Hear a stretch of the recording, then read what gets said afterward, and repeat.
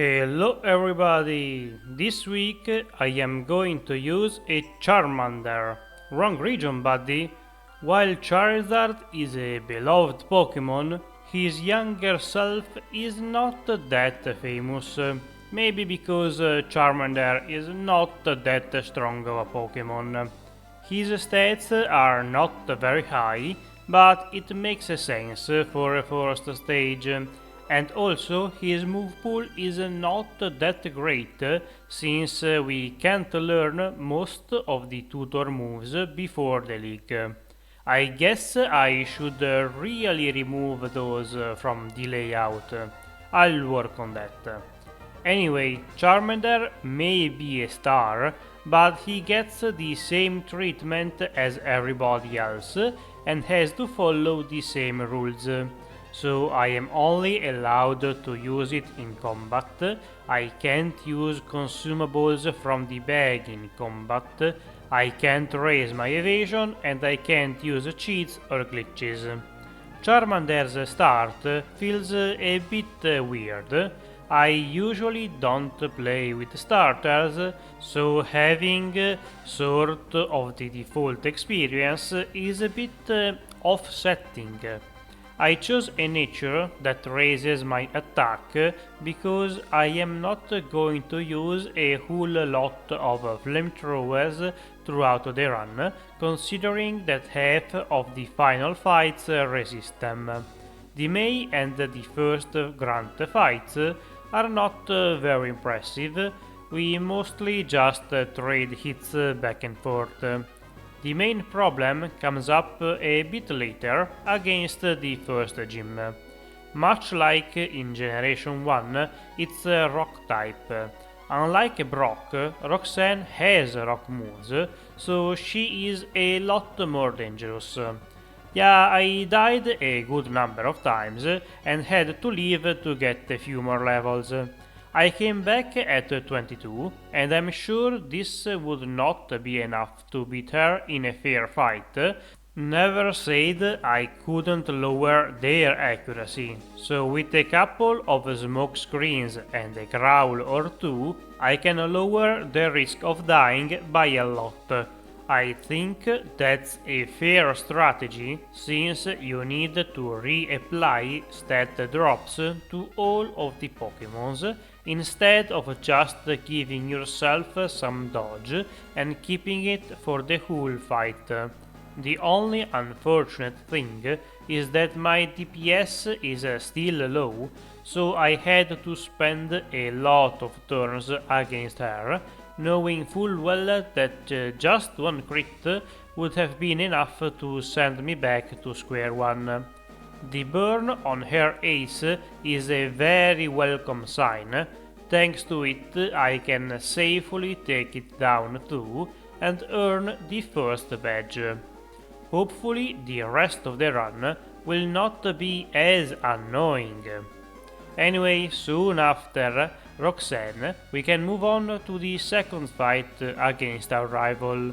Not going to lie, as soon as I saw the Torkoal come out, I thought my days were numbered, especially after it started spamming curse.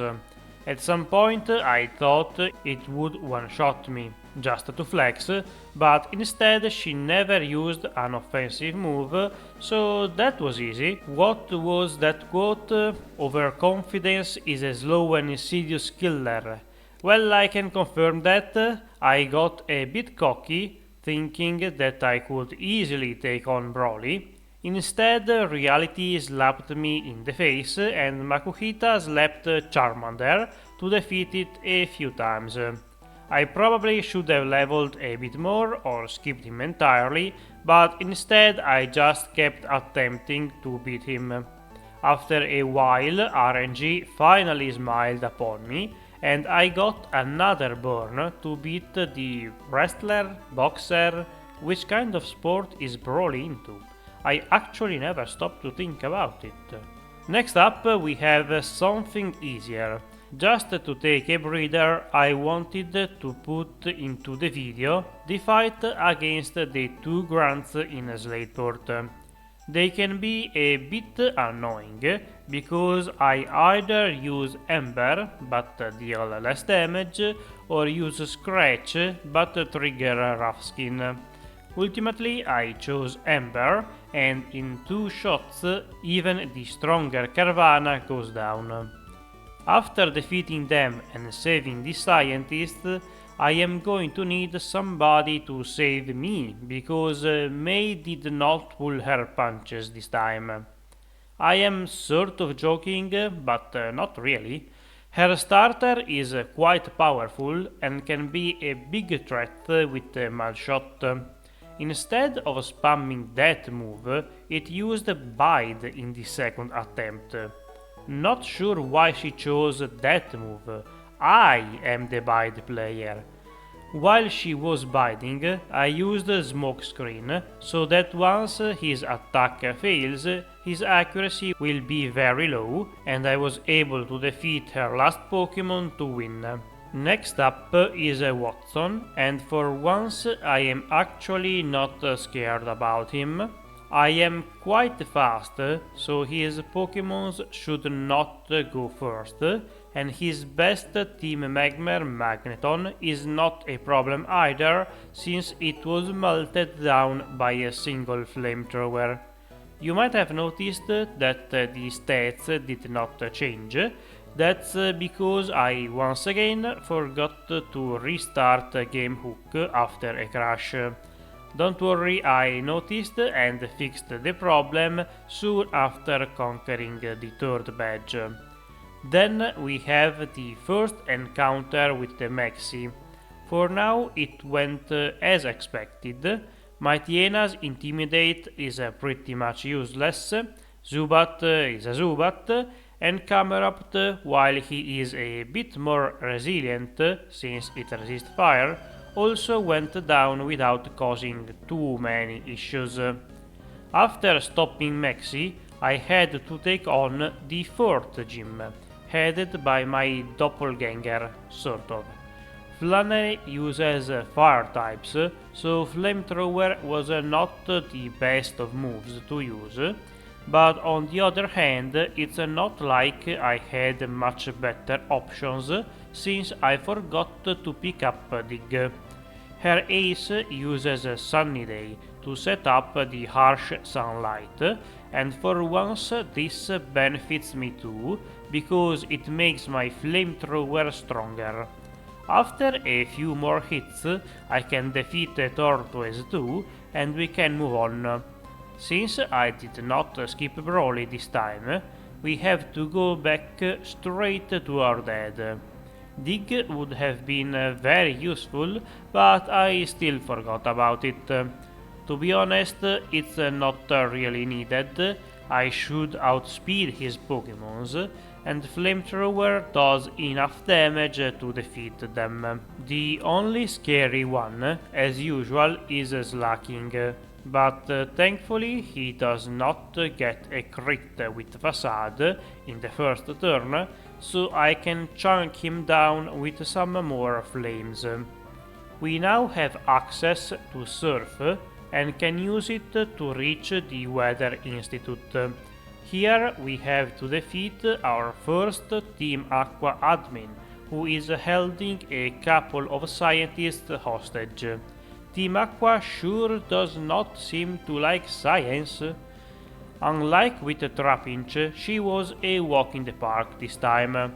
After taking care of that hostage situation, we can go ruin May's day. This fight against her might seem hard since there is the rain to lower my fire damage, but my normal moves are more than enough to carry me at this point. Not long after the rival match, we have to start the 6th gym. This one is headed by Winona Ryder, who specializes in bird types. I was actually kinda worried about this one, to be honest. While most of her team is a joke, her ace is a whole other story. I know I will not defeat Altaria very fast, and I am scared that she will buff up and then one-shot me with Earthquake.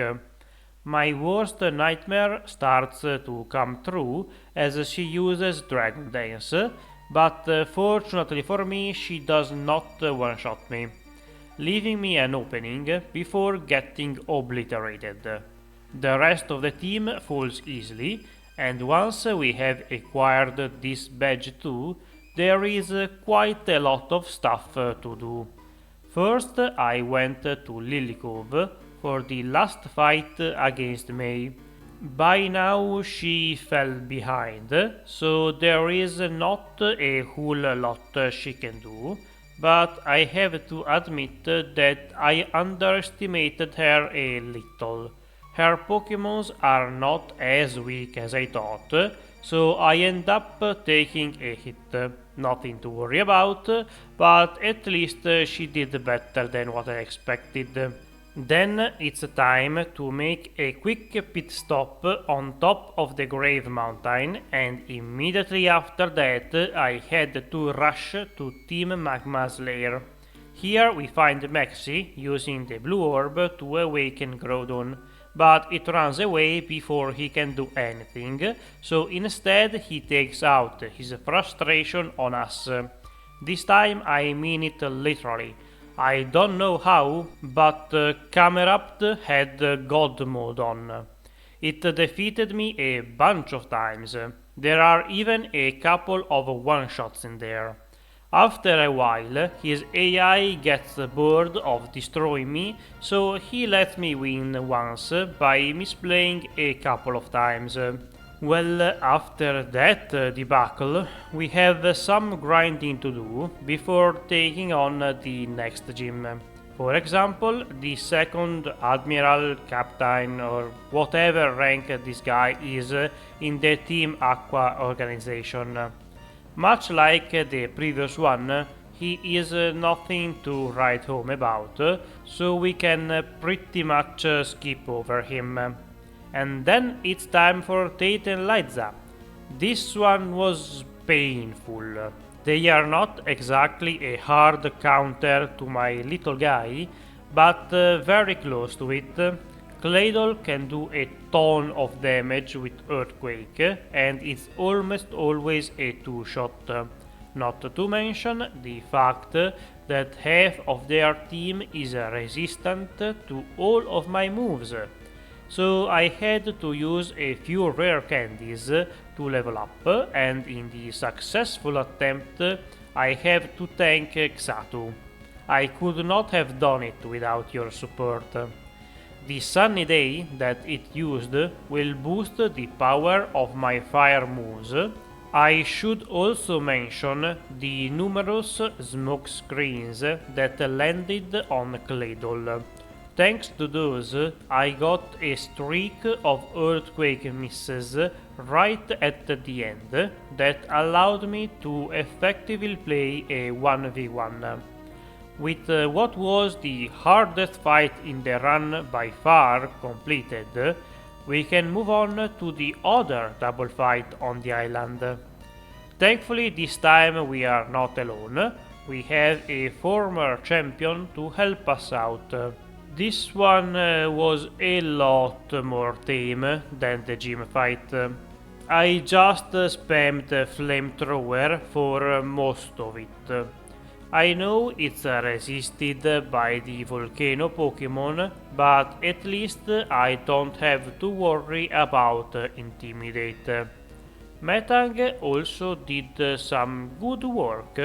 I had to switch moves for the second Camerapt since it was at plus 4 or 6 special defense, therefore my fire move wouldn't even touch him. Other than that, together we managed to defeat what's left of Team Magma without any problems really. After taking care of that situation, we grab Dive and make our way to the seafloor cavern, where we find Archie.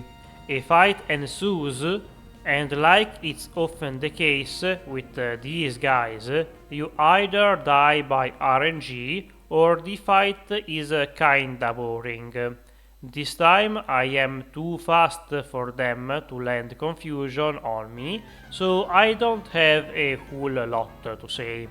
After the second legendary fills the orb and leaves, we have to go wake up Rayquaza. While I do that, why don't you do me a favor by liking, subscribing, ringing the bell, and writing a comment down below, or joining the Discord. The link is in the description. Lastly, we have Juan, and of course he has to be problematic and takes me out.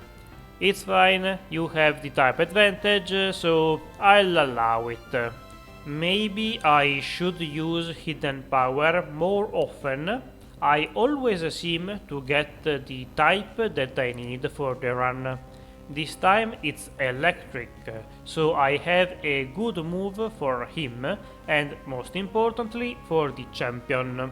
In the successful attempt, Kingdra was still a pain because it tried the usual double teams shenanigan, but this time they did not work, so the last gym is done too.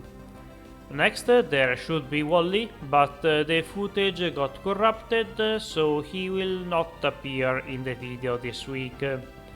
After completely clearing the victory road, I had to start the league.